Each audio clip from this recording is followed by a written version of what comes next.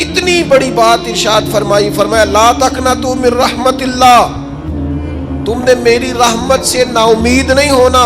اللہ کی رحمت سے نا مالک کیا ملے گا؟ فرمایا ان اللہ یغفر الذنوب جمیعا، اللہ سارے ہی گناہ معاف فرما دے گا۔ تو جن لوگوں کو اللہ کی رحمت پر نبی کریم علیہ السلام تشریف فرما ہے، امام غزالی نے لکھا ایک بدو آ گیا، دیہاتی سادہ آدمی، سادے بندے بھی سادے ہوتے ہیں، ان کا بھی اپنا طرز زندگی ہوتا ہے۔ بدو آ گیا، سادہ آدمی تھا، آتے ہی السلام علیکم لے کے نا تو کوئی بات ہی نہیں کی، سیدھا سیدھا ہی کہتا یا رسول اللہ صلی اللہ علیہ وسلم یہ بتائیں قیامت کے دن حساب کس نے لینا ہے؟ حضور فرمانے لگے بھائی یہ تو بڑی صاف سی اور مختصر سی اور سادہ سی بات ہے، حساب تو اللہ تعالیٰ نے لینا ہے۔ اب اس نے جو لفظ کہے اللہ کے حبیب کی آنکھوں میں آنسو آ گئے، کہنے لگے اگر اللہ نے حساب لینا ہے پھر انشاءاللہ کرم ہی ہوگا۔ تو حضور فرمانے لگے تمہیں یہ امید کس طرح ہے؟ تو عرض کرنے لگے یا رسول اللہ کریم جب غالب آتا ہے تو معاف ہی کرتا ہے، جب کریم کا غلبہ ہوتا ہے نا، کریم بندہ جب کسی پہ قبضہ کر لے تو پھر معاف کرتا ہے، تو اللہ تو سب سے بڑا مہربان ہے۔ وہ بات کی اور اگلا جملہ ہی کوئی نہیں کہا، وہ چلے گئے۔ تو حضور علیہ السلام نے اب اس بات پر رزلٹ دیا، فرمانے لگے کریم محبوب بندہ سادہ تھا، بات بہت بڑی کر گیا ہے، بڑی بات کر گیا، سادہ آدمی۔ میرے عزیز اللہ کی رحمت پر جن لوگوں کو امید ہو انہیں موت سے ڈر، اور پھر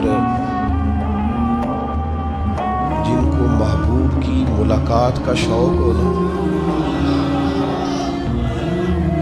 ہم نے جان دے دی وعدہ دیدار پر، ہم سے وعدہ کیا گیا تھا کہ تم مرو گے نا تو تمہیں دیدار ملے گا، تو ہم نے جان ہی دے دی وعدہ دیدار، جان ہی دے دی وعدہ دیدار پر۔ اور پھر فرماتے ہیں نقد اپنا دام ہو ہی جائے گا، فرماتے ہیں ہم نے جان دی ہے اس وعدے پر کہ وہ ملے گا، تو امید ہے کہ یہ سودا ادھار نہیں، جیسے ہی قبر میں جائیں گے سامنے حضور کی زیارت نصیب ہو جائے گی۔ اس لیے لحد میں بھی عشق رخ شاہ کا داغ لے کے چلے، اندھیری رات سنی تھی سو چراغ لے کے چلے۔ یہ حدیث آپ نے بھولنی نہیں، یہ تنہائیوں میں یاد رکھنے کی روایت ہے، یہ تنہائیوں میں پڑھنے کی روایت ہے۔ یہ اپنے ذوق کو تازہ، جو لوگ کہتے ہیں نا وجد سرور کیف میں جانا چاہتا ہوں، وہ مشکات شریف کی اس حدیث کو دیکھے۔ اللہ کے حبیب علیہ السلام نے فرمایا لوگوں میں تمہیں بتاؤں قیامت کے دن اللہ تعالیٰ بندوں سے پہلا سوال کیا فرمائیں گے اور بندے اس کا جواب کیا دیں گے؟ یا رسول اللہ کرم فرمائیے بتائیے۔ تو کریم فرمانے لگے اللہ تعالیٰ قیامت کے دن بندوں سے سب سے پہلا سوال، اگرچہ بعض اور احادیث میں اور سوالات بھی آئے ہیں قیامت میں جو سب سے پہلے ہوں گے، لیکن اس حدیث میں یہ والا سوال حضور نے بیان فرمایا۔ حضور فرمانے لگے اللہ قیامت کے دن اپنے بندوں سے سب سے پہلا سوال یہ فرمائے گا کیا تم میری ملاقات کو پسند کرتے تھے؟ ہوئے ہوئے ہوئے، کیا تمہارا ملنے کو جی چاہتا تھا؟ کبھی اے حقیقت منتظر نظر آ نہ لباس مجاز۔ اقبال کہتے ہیں تیرے کرم اتنے ہیں دل کرتا ہے تجھے دیکھیں، کبھی کبھی اے حقیقت منتظر نظر آ نہ لباس مجاز میں، لاکھوں سجدے تڑپ رہے ہیں میری جبین نیاز میں، تمہارا دل کرتا تھا مجھ سے ملنے کو؟ حضور فرماتے بندے عرض کریں گے مالک بڑا دل کرتا تھا۔ تو پھر اللہ فرمائے گا یہ گفتگو کی معنویت تو دیکھو یار، اس کا حسن تو دیکھو۔ اللہ پھر پوچھیں گے کیوں دل کرتا تھا؟ دل کرتا تھا تو کیوں کرتا تھا؟ عرض کریں گے مالک اس لیے کہ ہمیں امید تھی کہ تو معاف بھی کر دے گا، رحمت بھی فرمائے گا، اس معافی کی امید پر دل کرتا تھا تو ملے۔ حضور فرماتے ہیں پھر رب فرمائے گا مجھ پر واجب ہے، میں نے اپنے کرم سے واجب کر لیا ہے کہ آج تمہیں جنت عطا کروں گا۔ یہ جو ملاقات ہے نا، ملاقات کہ وہ ملیں گے، ان سے ملاقات ہو۔ عمر بیت گئی نا نام جپتے، عمر بیت گئی نا تذکرہ کرتے، ہم سے بھی لوگ پوچھتے ہیں کیا کمائی کی، کیا زندگی میں حاصل کیا، تو ہم کہتے ہیں شرق سے غرب تک ملک کے کونے سے لے کر دوسرے کونے تک مدینے والے کی بات کی، حضور کا ذکر کیا، نبی پاک کے میں اپنی حیاتی تو قربان تھی، وہاں ساری محمد محمد پکیندے گزر گئے ساری۔ یہ اعزاز ہے، یہ کرم ہے۔ اب کیا ہوتا ہے، گناہگار لوگ اتنا بڑا دعویٰ تو نہیں کر سکتے، لیکن دل تو چاہتا ہے نا کہ چلو جس کا نام لیا ہے اس کی کبھی زیارت بھی، کبھی ملاقات بھی ہو، کبھی نظر کرم بھی ہو۔ کسی نے اپنے محبوب سے کہا تھا کہ ذرا ایک نظر مجھ پہ بھی کیجئے، تو قریب بیٹھے ایک شخص نے کہا یار تو نے بڑا دعویٰ کیا ہے، جو محبوب ہوتے ہیں ان کو تکلیف نہیں دی جاتی، تو کہتا ہے پورا چہرہ ہی تیری طرف پھیرے۔ تو پھر اس نے اس درویش سے پوچھا کہ میں بھلا پھر کیا کروں، میرا دل تو میرا بھی کرتا ہے، چلو یہ تو آپ کی بات ٹھیک ہے کہ میں محبوب سے کہوں کہ اتنی تکلیف کرے کہ میری طرف پورا رخ پھیرے تو ٹھیک نہیں، تو پھر بتائیں میں کیا کروں؟ تو اس نے کہا ان راہوں میں کھڑا ہو جا جن راہوں کی طرف وہ کریم دیکھتا ہے۔ چلو اسی با کردار کو دیکھتے دیکھتے بیچ میں تیرے اوپر بھی نظر، مجھ پہ محشر میں نصیر ان کی نظر پڑ ہی گئی، مجھ پہ محشر میں نصیر ان کی نظر، اوئے ہوئے اللہ کرے آپ کو بھی وہ لطف آئے جو مجھے آ رہا ہے۔ کہتے مجھ پہ محشر میں نصیر ان کی نظر، یہ انتہائی عاجزی ہے کہنے والے۔ اس نے بالکل اپنے آپ کو ختم کر کے کہا کہ میں قابل تو نہیں تھا، اور میں پھر تکلیف دیتا کہ میری طرف دیکھیں، اسپیشل میرے لیے وقت نکالے، پر کرم یہ ہوا کہ مجھ پہ محشر میں نصیر ان کی نظر پڑ ہی گئی۔ کہنے والے اسے کہتے ہیں خدا کا کرنا، کہنے والے اسے کہتے ہیں خدا کا کرنا۔ اللہ نے کیا کہ نظر مجھ پر پڑ ہی گئی، اور جب پھر پڑ گئی تو تیری ایک نظر کا کمال ہے اور میری زندگی کا سوال ہے، بس جب پڑ گئی تو سو پھر پڑ گئی۔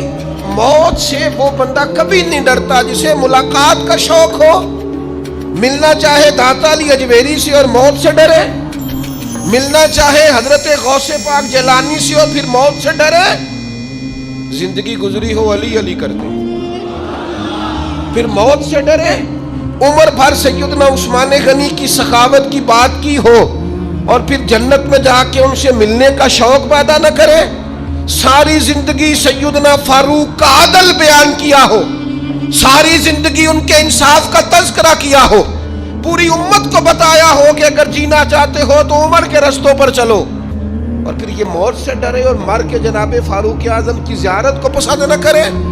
جسے صدیق کی وفائیں یاد ہو، جنہیں جناب ابو بکر صدیق کا عشق یاد ہو، وہ پھر ان کی زیارت نہ کرنا چاہے اور ساری عمر حضور کی نعت پڑھی۔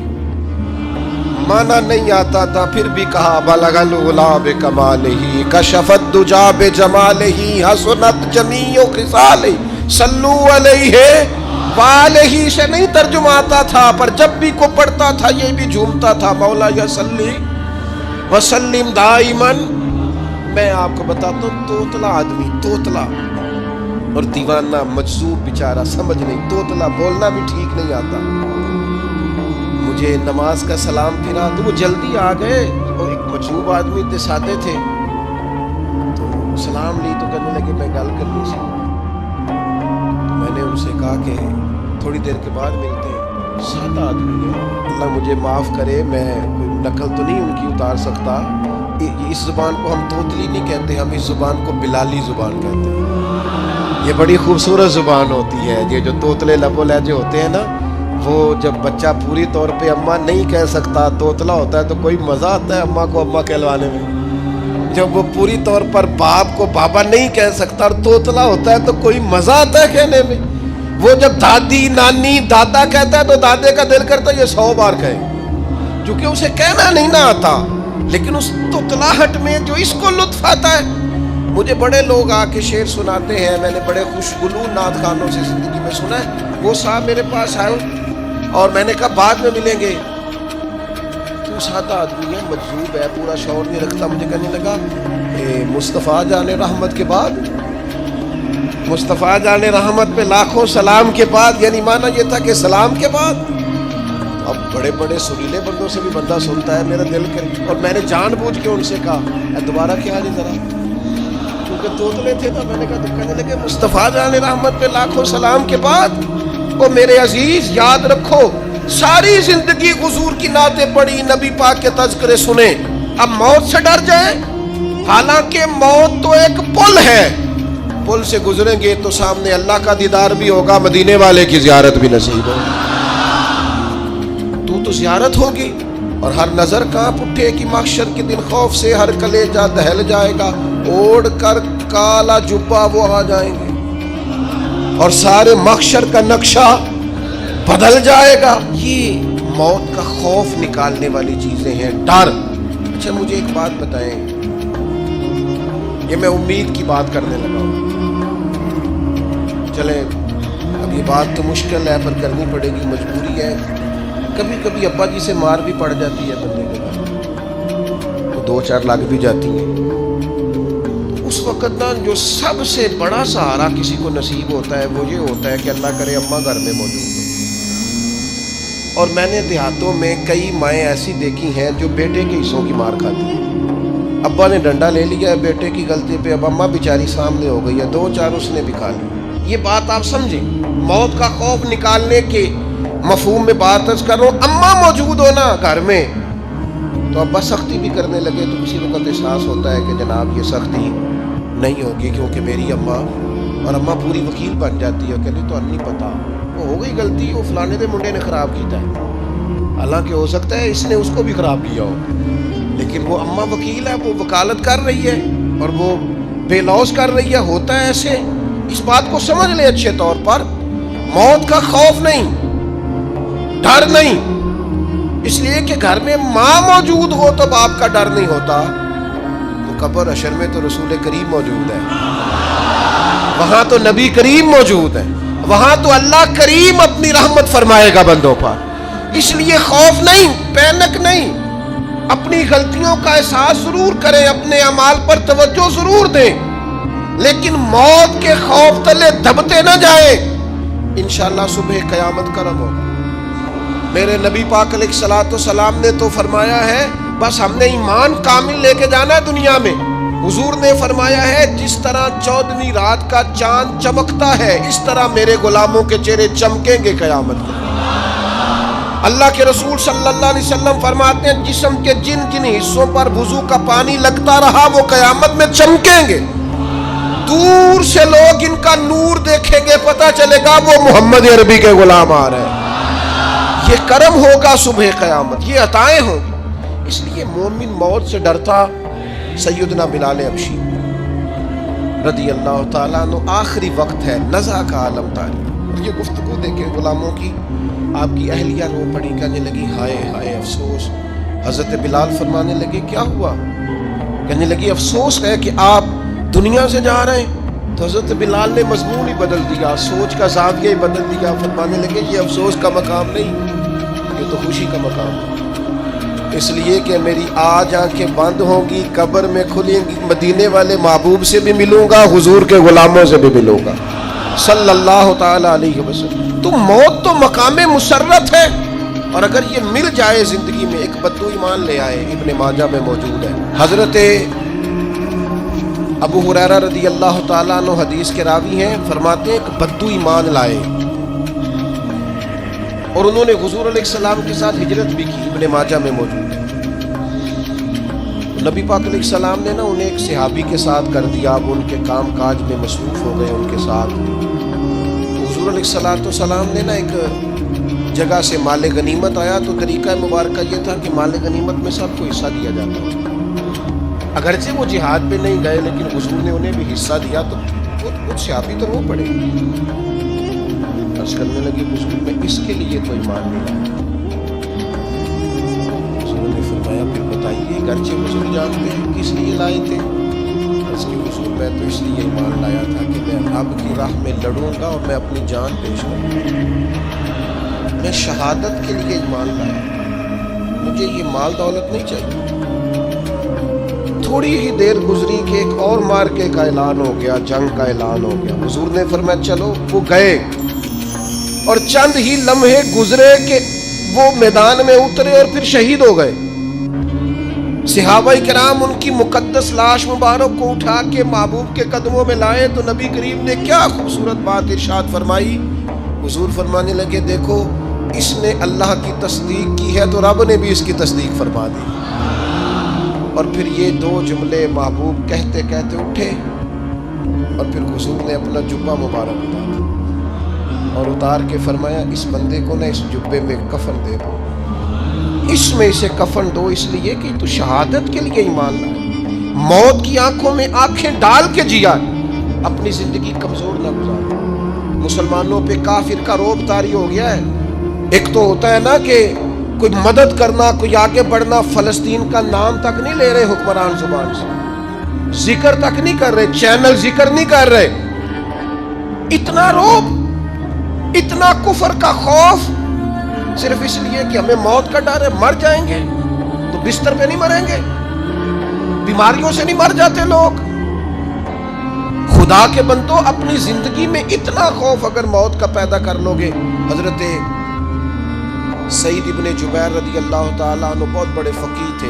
حجاج بن یوسف نے بلایا اور کہنے لگا میں تمہیں موت دینے لگا ہوں, مار دوں گا تمہیں. بڑا ظالم آدمی تھا, بڑے لوگ اس نے قتل کیے تھے. حضرت سعید رضی اللہ تعالیٰ عنہ مسکرا پڑے اور غصے میں آیا, کہنے لگا کیوں ہنستے ہو؟ فرمانے لگے تو بڑا بیوقوف ہے, تجھے کس نے کہا زندگی اور موت تیرے ہاتھ میں, یہ تو تب آئے گی جب میرا رب چاہے. کہنے لگا لے جاؤ ان کو اور جا کے قتل کر دو. تو وہ جب جلال لے جا رہے تھے تو آپ اور کھل کے مسکرائے, ہنسے. یہ آپ کی طاقت ہے کہ موت کو دیکھ کے مسکراہٹ ہو, لبوں پہ تبسم رقصہ ہو, مسکرائے. جب آپ مسکرا رہے تھے تو اس کو اور غصہ ہے, واپس بلایا. کہنے لگا مسکراتے کیوں ہو؟ فرمانے لگے تیری جرت پہ مسکرا رہا ہوں اور اس بات پہ مسکرا رہا ہوں کہ رب کتنا بے نیاز ہے, تیرے جیسے لوگوں کو بھی مہلت دے رکھی ہے, کتنا بے نیاز ہے, تیرے جیسے لوگوں کو مہلت. اور مجھ سے کہنے لگا میرے سامنے قتل کرو. حضرت سعید ابن جبیر رضی اللہ تعالیٰ عنہ نے منہ کعبے کی طرف کر کے پڑھنا شروع کیا. وجہ وجہ للذی فطر السماوات والارض حنیفا وما انا من المشرکین. آپ یہ پڑھ رہے تھے تو کہنے لگا اس کا منہ کعبے سے پھیر دو. کعبے سے منہ پھیرا تو آپ فرمانے لگے تو بڑا ہی بیوقوف ہے, میرا رب کو صرف کعبے کی طرف مقید ہے. وللہ المشرق والمغرب فَإِنَّمَا تُوَلُّوا فَثَمَّ وَجْهُ اللَّهِ. چہرہ پھیر دیا جب اس نے تو آپ فرمانے لگے مشرق بھی اللہ کا, مغرب بھی اللہ کا. اور اللہ فرماتا ہے تم جدھر بھی منہ کرو ادھر ہی اللہ کی رحمت ہے. یہ پڑھا تو اب اس نے مٹایا. اور جب وہ آپ کو قتل کر رہا تھا تو حضرت سعید ابن جبیر کی ایک زوردار آواز ہوئی, فرمایا یاد رکھنا مجھے اسی طرح قتل کرنا جس طرح تم خود قیامت میں قتل ہونا پسند کرتے. میرا آخرت پر یقین کامل ہے, محشر میں عدالت لگے گی, میں تمہیں قتل کروں گا. میں حضرت سعید ابن جبیر کی وہ جرت تھی کہ دربار سارا لرز گیا حجاج کا. حضرت سعید ابن جبیر رضی اللہ تعالیٰ عنہ کہنے لگے اللہ اسے میرے بعد کسی پر مسلط نہ کر, میرا قتل آخری ہو, میرے بعد نہ ہو. ڈر گئے لوگ, سہم گئے. اور وہ جو جلاد آپ کو قتل کر رہا تھا اس کے بھی ہاتھ کانپ رہے. اتنی جرت, موت کا ایک منٹ کے لیے خوف نہیں. حضرت سعید ابن جبیر رضی اللہ تعالیٰ عنہ شہید ہو گئے تو اتنا خون نکلا, اتنا خون نکلا, اتنا خون نکلا, خون بند ہی نہیں ہو رہا. ایک طبیب بیٹھا تھا, ہانپتے کانپتے ڈرے ہوئے, سہمے ہوئے. حجاج کہنے لگا اسے اتنا خون؟ تو کہنے لگا بادشاہ میں نے سالوں مریض دیکھے ہیں, اس کو پتہ چل جائے نا مرنے والا ہوں وہ تو اتنا خوف میں آتا ہے, پہلے ہی اس کا سارا خون جم جاتا ہے اور سکڑ جاتا ہے اور اس کا خون جل جاتا ہے. یہ جو بندہ تم نے شہید کیا ہے نا اس میں ایک رتی برابر بھی موت کا خوف نہیں. موت کے خوف سے بے نیاز تھا, اتنا خون نکلا. حضرت سعید ابن جبیر شہید ہوئے اسی دن حجاج کے پیٹ میں درد شروع ہوا. صرف 15 دن حجاج بعد میں زندہ رہا ہے, 15 دن. اور ساری رات تڑپتا تھا, کہتا تھا مجھے خواب میں آ کے پیروں سے گھسیٹتے. حضرت سعید ابن جبیر چلاتا تڑپتا. 15 دنوں کے اندر طبیبوں نے کہا تیرا جو مرض ہے یہ کوئی آسمانی عذاب ہے. میرے عزیز موت سے ڈرے نہیں بلکہ جو ظالم ہو ان کو ڈرا دیں, یہ مومن کی شان ہے. اپنی اپنی زندگی کے اندر سے موت کا خوف نکال دیں، تاکہ زندگی کے جو دن ہیں وہ جیے تو جا سکیں، وہ انسان مضبوطی سے وقت سے گزار سکے۔ حضرت علی شیر خدا رضی اللہ تعالیٰ عنہ نا وہ جیکٹ نہیں پہنتے تھے جنگی، جو کمر پہ پیچھے لوگ پہنتے تھے نا، تلوار کوئی مارے تو زخم نہ ہو۔ تو کسی نے مولا علی شیر خدا رضی اللہ تعالیٰ عنہ سے فرمایا پشت پر آپ وہ جیکٹ نہیں پہنتے لوہے کی؟ آپ فرمانے لگے پشت تو دکھانی نہیں تھی۔ تو کہنے لگے موت سے ڈر نہیں آتا؟ فرمایا بالکل بھی نہیں، اور فرمایا مجھے بالکل ڈر نہیں آتا کہ میں موت پر آ گروں یا موت میرے اوپر جا گرے۔ ہم تو شہادت حضرت خالد بن ولید رضی اللہ تعالیٰ عنہ ایک دن نوجوانوں کو خطاب کرتے کرتے کہنے لگے موت سے کبھی نہ ڈرنا، میں نے ساری زندگی جنگوں میں گزاری ہے، میرے وجود پر ایک ذرہ بھی جسم کا حصہ ایسا نہیں جس پر زخم نہ ہو۔ اور جو کہتے کہتے رو پڑے، فرمانے لگے یہ بات کرتے کرتے رو پڑے، فرمانے لگے دیکھ لو زندگی ساری میدانوں میں گزاری ہے، لیکن شہادت اللہ تعالیٰ نے میرے لیے وہاں نہیں لکھی تھی، یہاں اللہ تعالیٰ نے اپنی رحمت کے لیے موت میرے لیے لکھی تھی۔ تو یہ تو اللہ کا کرم ہے۔ قریب ایک بزرگ صحابی اور بیٹھے تھے، فرمانے لگے آپ کی نیت شہادت کی تھی، انشاءاللہ آپ قیامت میں شہیدوں میں ہی کھڑے کیے جائیں گے۔ تو میرے عزیز خوف نہیں موت کا۔ آخر میں 2-3 گزارشات عرض کرنی ہے۔ ایک تو میری آپ سے گزارش ہے، جنہوں نے ابھی تک قرآن مجید کی تلاوت شروع نہیں کی، وہ ابھی سے آج سے 10 منٹ ٹائم ہو تو مسجد میں بیٹھ کے ایک رکوع پڑھ کے جائیں، قرآن مجید نہیں چھوڑنا۔ رمضان کا تعارف یہ ہے کہ شہر رمضان الذی انزل فیہ القرآن، تو قرآن مجید سے دلچسپی۔ دوسری میری گزارش ہے راشن بانٹنے والوں سے بھی کہ مہربانی کریں لائنوں میں لگانا چھوڑیں، اور لینے والوں سے بھی میری عرض ہے کہ اللہ تعالیٰ سارا سال عطا کرتا ہے، 3-4 ہزار کے لیے کیوں اپنے آپ کو آپ تکلیف میں ڈالتے ہیں؟ سارا سال اللہ دیتا ہے۔ اور پھر میری آپ سے یہ بھی اپیل ہوگی کہ طبیعتوں میں حلم پیدا کریں، بردباری پیدا کریں، یہ بڑی ضروری چیز ہے۔ مثبت سوچیں لائیں، روزہ ہماری تربیت کرتا ہے۔ اور پھر آپ سے یہ بھی اپیل کروں گا رمضان شریف کی مقدس گھڑیوں میں صرف اپنے لیے نہیں سوچیں، امت کے لیے سوچیں، بالخصوص فلسطین کے مسلمانوں کے لیے کم از کم دعا مومن کا تھیار ہے وہ تو جم کے کریں اللہ کے حضور۔